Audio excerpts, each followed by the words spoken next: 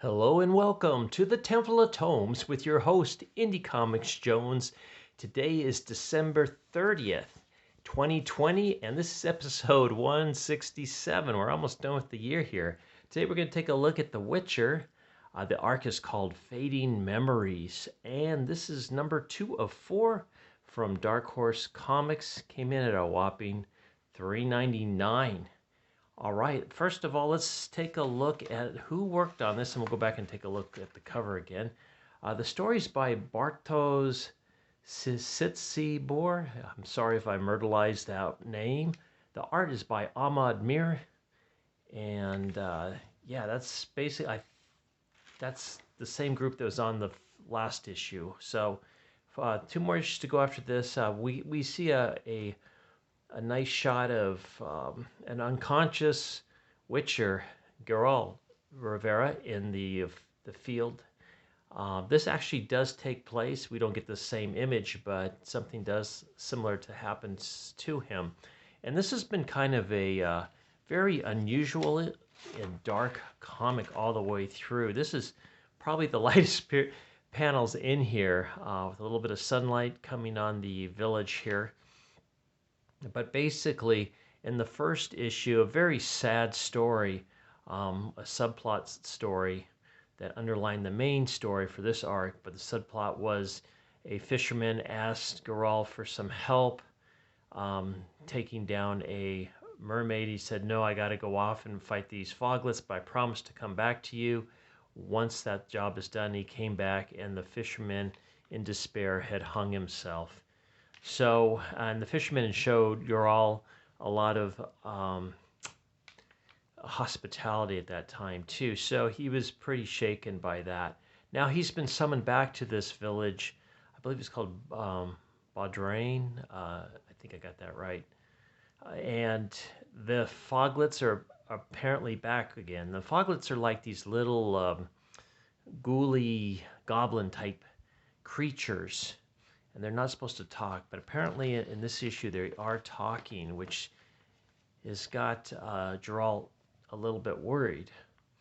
So once again we've got another kind of side story going on about this mother trying to teach her son how to hunt so he can bring food for the family. And outside she says, if you don't learn how to hunt, the Foglets will get you. And so you have this image of Foglets out there.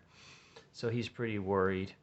And goes ahead, and Geralt is summoned back to the village because the Foglets have taken away another child. The mayor of the city seems like she's got some kind of underlying agenda as well. The town folk really love her, but one of the reasons is because they're provided with so much food all the time, and it just kind of arrives. They don't have to go out and get it. But in the meantime, they have lost another young boy to the Foglets. So she hires him to go out and kill the Foglets, and he wants to kind of investigate. And she's going, no, just go out and investigate. Don't. And he wants to talk to the mother of the child. So he sees that the town is just in love with this mayor and everything, and the food is magic. So he stays away from eating the food that is quote unquote magic, and goes ahead and eats like a beef steak here. It's just regular. And we have this underlying story, listen to your mother, going on throughout the story. And we get another shot of it up here and down here as well.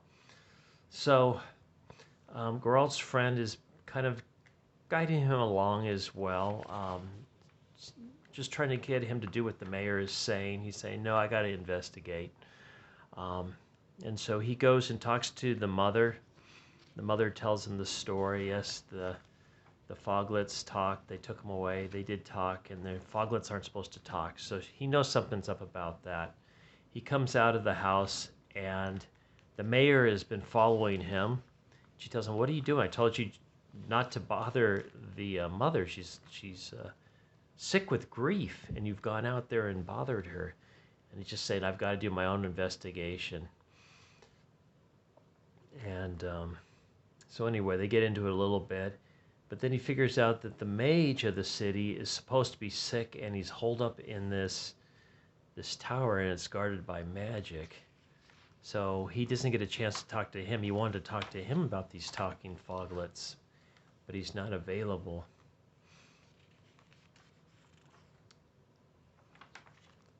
So in the meantime, he goes out to check out where the food is showing up, because apparently the citizens of the village used to go out and pick it up, but now the city guard goes and brings it back.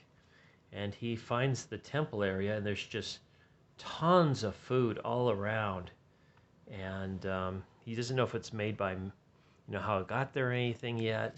But while he's investigating it, he gets attacked by some foglets, and they do talk.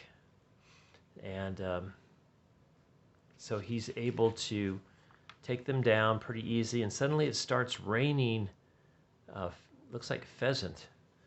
And so he's dodging that, and he starts seeing images of what had gone on years before, because that's part of his spirituality, magic, whatever you want to call it. So he just has that ability.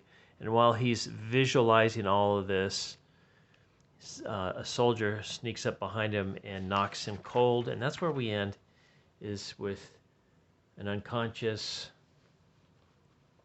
witcher laying in the field. So that's the end of part 2 on that.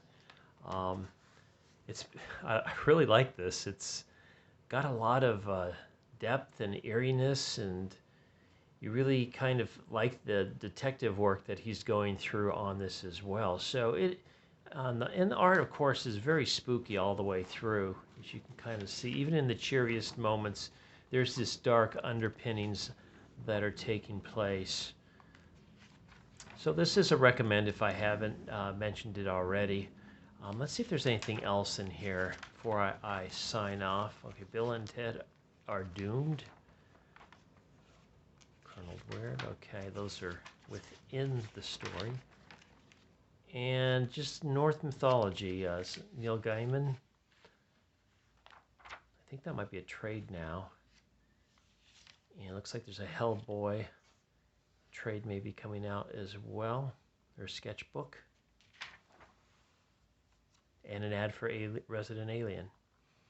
So, recommend. Thanks for stopping by. This is Indie Comics Jones from the Temple of Tomes. Please like, please subscribe, please leave comments. I'd love to hear from you. And as always, I bid you adieu.